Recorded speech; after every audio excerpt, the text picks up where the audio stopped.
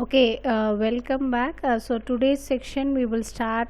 We have already completed step 1, which is web server creation using Python Flask, and then the step 2 is also completed, which is the communication between the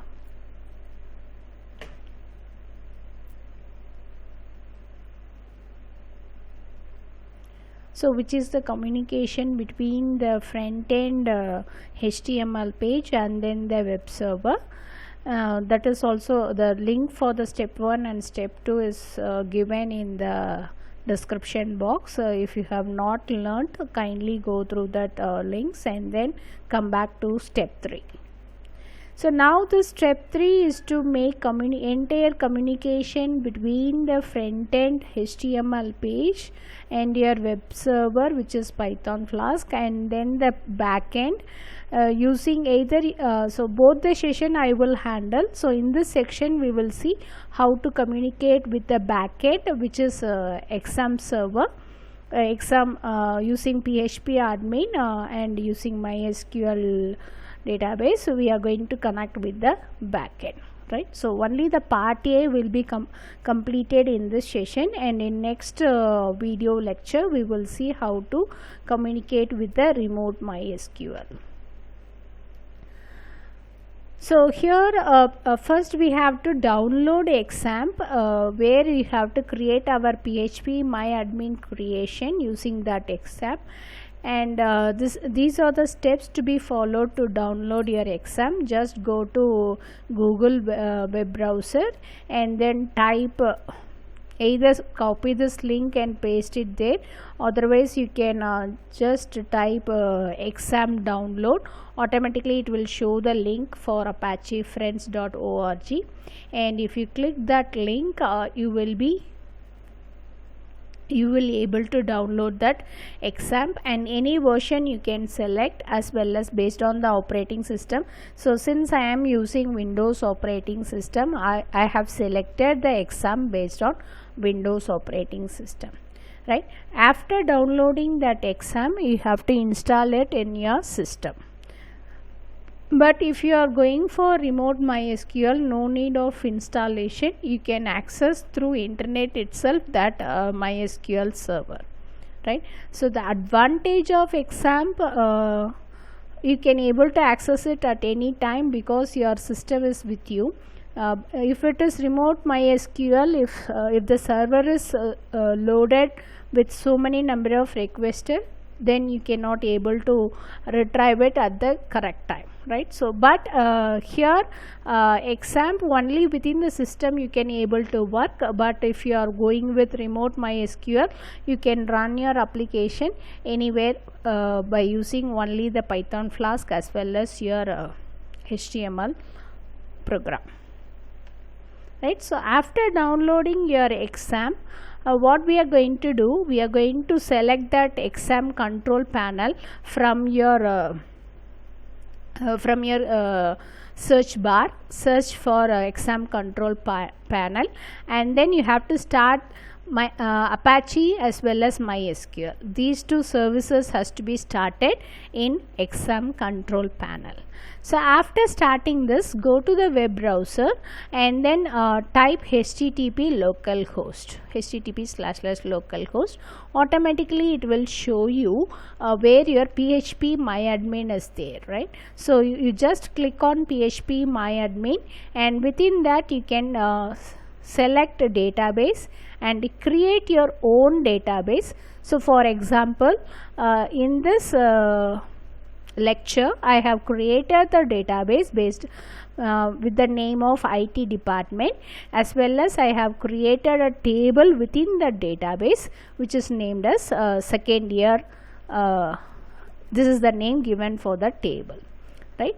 And then if you want to add a serial number to the particular to the particular table, then you can also, after creating the table without inserting anything, you can execute this MySQL query to add a auto increment ID. That means whenever you are inserting a record, automatically it will be incremented, right? So this is optional. If you need to add a unique serial number to your database, to your table, then you can use this MySQL query, right? So that's all about XAMPP. So we have downloaded XAMPP and we have searched for XAMPP control panel, and we have started Apache server as well as your MySQL server.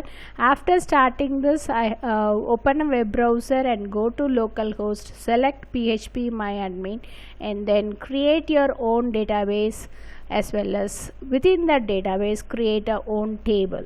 And if it requires serial numbers which is automatically incremented, then go for this MySQL query. So next what we are going to do here is go to Anaconda and open Spider as I have specified earlier, because now we are going to write the Python Flask program based on communicating between the front end and back end. So now embed this backend code in Python Flask, right? So whatever content that has to be that has to be stored in your MySQL database, that code has to be embedded in this Python Flask. Right, so this is the code which embeds that MySQL content, as well as it also embeds that HTML retrieving as well as posting of that content. Right, so if you see here, as I have specified earlier, we are importing Flask as well as render template to request, as well as the request module, and then the session. So this session is based on, for example, if you are creating for one student at a time, that particular time the session will be maintained for that particular student, and you can retrieve that particular student information also, right? And then the second line is importing this MySQL. This is very much important, and while you are executing your program, it shows that this particular module is not available. Then you have to use pip install flask _ MySQLDB. So if you use that command pip install flask _ MySQLDB, automatic. So this to be executed from your Anaconda PowerShell. Automatically it will be downloaded from the internet, and then you can able to use it, right? So this is frequently occurring error. So if you are getting this module is not available, just download it using this pip. So next we are creating a secret key which is represented as A, and since we are connecting to the local system which is XAMPP, which is where the XAMPP is available, the host name is given as localhost, where L should be capital, and then the user is always represented as root. So here the username is given as root, as well as the password. There is no password for XAMPP, so it is given as an empty string. And then I am connecting. So as I have specified earlier, I have created my own database which is named as IT department. So I am connecting this to this IT department. Right. So after that I am assigning this MySQL variable to MySQL app, right? So where app is here Python Flask, right? And after that we are going to route that path, and then if it is just localhost and then the specified port number, automatically it has to render the template which is apply.html, and I will show you how that apply.html is designed. So this apply.html consists of 5 fields. One is your name, second is register number. So according to my example, second one is register number, third, fourth and fifth is mark 1, mark 2 and mark 3. So this is a simple web application based to store the content of the student information, right? So this is the root path, and that path is loading this apply.html page, right? So next, the second path, if it is upload data, so this will be automatically selected if you are clicking on the submit button, right? So that will be represented here. So we are rendering that apply.html, and after that we are using the post method. That means whatever the content that are represented in the apply.html page, that content has to be posted to your database, which is MySQL, right? So if request.method equal to post, it has to get the name from the apply.html web page, register number, mark 1, mark 2 and mark 3, and these are the variables where it gets stored. And the current student name, what it is retrieving, that will be represented as session username. And then we are creating the connection between the web server as well as your database, which is MySQL. So cursor equal to mysql.connection.cursor. So this is the syntax for creating the connection between your web server and then the backend. So now we are going to execute the SQL query, which is going to insert the data what we have given in your HTML file. So cursor.execute, insert into, so second here is your table name within the database IT department. So it is given as second here. Values, first one is null because I have created the first value in your table as auto incrementing serial number, right? So that only it is given as null, and remaining contents are nothing but whatever the contents that are getting from the HTML file, that will be passed as values, which is name, register number, mark 1, mark 2 and mark 3. Right. So once this query has successfully executed, we have to commit that query, that is mysql.connection.commit, right? So and this commit is executed successfully, you will get a message that you have successfully got registered by rendering that in that rendering HTML page itself, right? So we are render the template by returning that message, which is you have successfully got registered.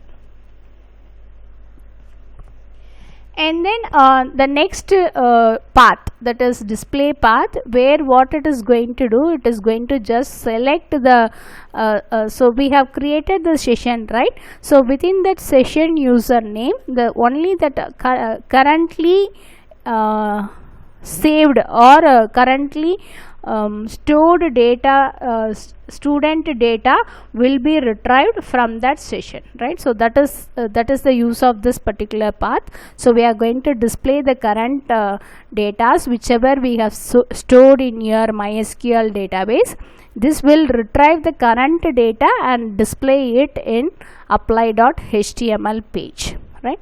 So what we are going to do, again we are creating the connection using that cursor, and we are executing select asterisk from the table name, which is second here, and where name is equal to %yes, right? So for example, if I have typed the name as Pooja, automatically this name will refer to Pooja now, and that session because the session is based on that username, right? So Pooja, the data based on the Pooja record will be retrieved, and that will be printed in the apply.html page, right? So this query is executed.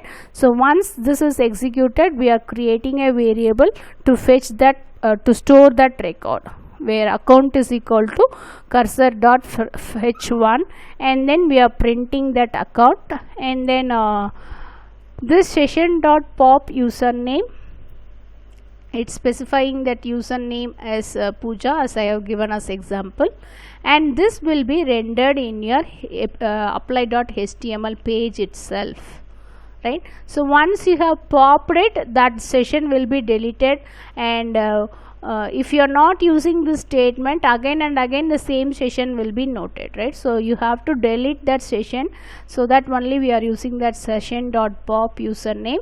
And once again, if you are giving a new record, automatically the session will be referred to that particular new record. So only the current record will be identified in this session portion, right?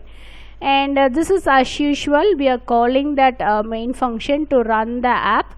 So app.run, where host is equal to this value.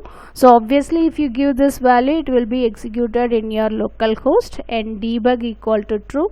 And here I have given the port as 9000. So if you give http://localhost:9000, automatically it has to load this particular app, right? So I think you are clear with this code. So next we will see how to do the same thing with the demo, right? So we are moving on to demo.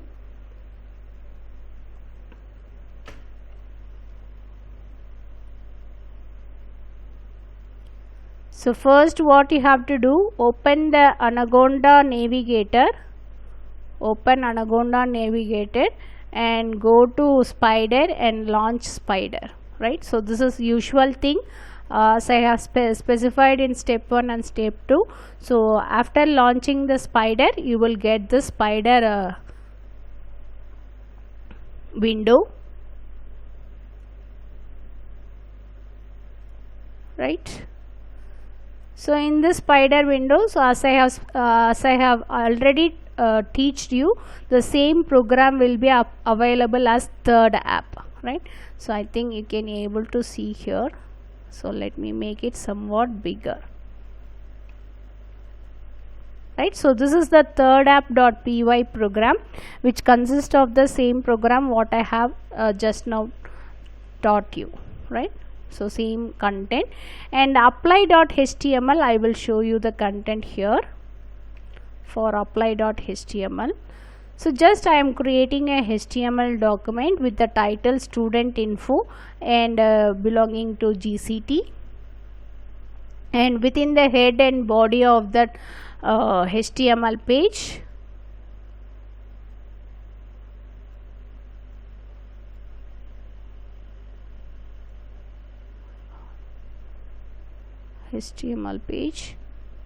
so just scroll it.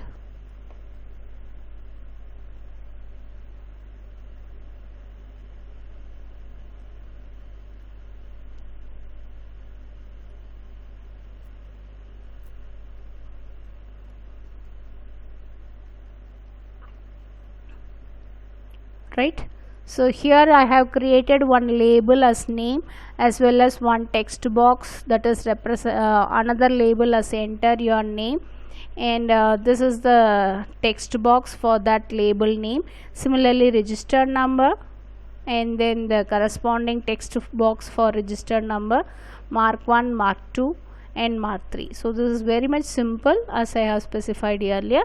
So once you have entered all this content, you have to create one button, which is a submit button, and as soon as you have click on the submit, it has to store it in your database in MySQL.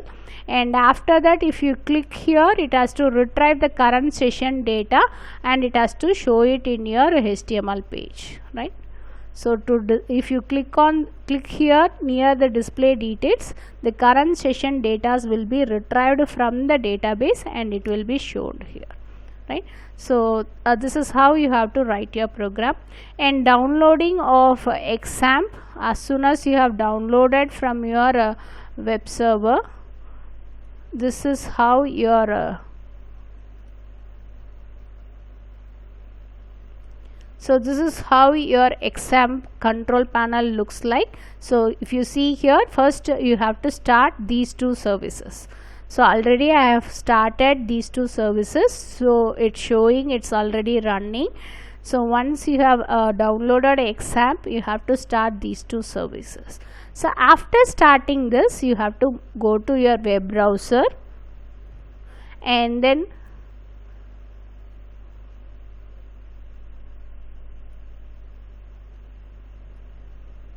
right? So go to your web browser, just type http://localhost, simply localhost. It will show your XAMPP, and then select PHP myadmin. If you see here, so this is how it will be organized, and you can create your databases by clicking on this tab, right? So already I have created IT depart as a database. So I have selected this database. So it consists of one table which is represented as second year. So I am showing that table second year. So already I have entered 3 datas within the table. So now I will show you how to enter the next data by using your web application, and check whether the data is stored in this table, right? So and then if you want to execute that alter SQL query, that is to include this. So this is how the auto increment ID is represented, right? So if you want to execute that particular query, then go to this SQL tab and then type your query, and then if you give go, automatically the query will be affected. And as soon as while you are creating your table, it will ask for the structure. So if it is an integer, you have to give integer, or if it is a text, so if you see here, name is text, remaining fields are integer. And similarly the ID is an auto increment value, and that is represented here, right? So next we are that is how you have to create your database as well as the table. After creating, I will show you how to execute that program using Anaconda PowerShell, right? So open Anaconda PowerShell, and then what I am going to do, just press Ctrl C to stop if any previous program is running. So I have pressed Ctrl C, and after that go to the particular path. So keep in mind, templates, under templates folder only you have to keep your HTML file, and this template folder should be available within your another folder where your Python program is available, right? So here if you see PyFlask, under PyFlask my Python program is available. Similarly, under PyFlask templates folder is also available, which consists of apply.html. So I am going to execute my program, which is Python thirdapp.py, right? So it's showing it is started executing, and you have to go to your local host and then :9000 to see the output. So I'm going to the web browser, and then I'm going for this local host 9000, click on enter. So can you able to see this? So this is what apply.html file, where it consists of name, register number, mark 1, mark 2 and mark 3, right? So I am giving another name. So these 3 names already I have given. So I am going to give another name, Ram, and register number is 124, first mark 88, second mark 99 and third mark 100, right? And then click on submit. So it's showing the message you have successfully got registered. So if you see the program,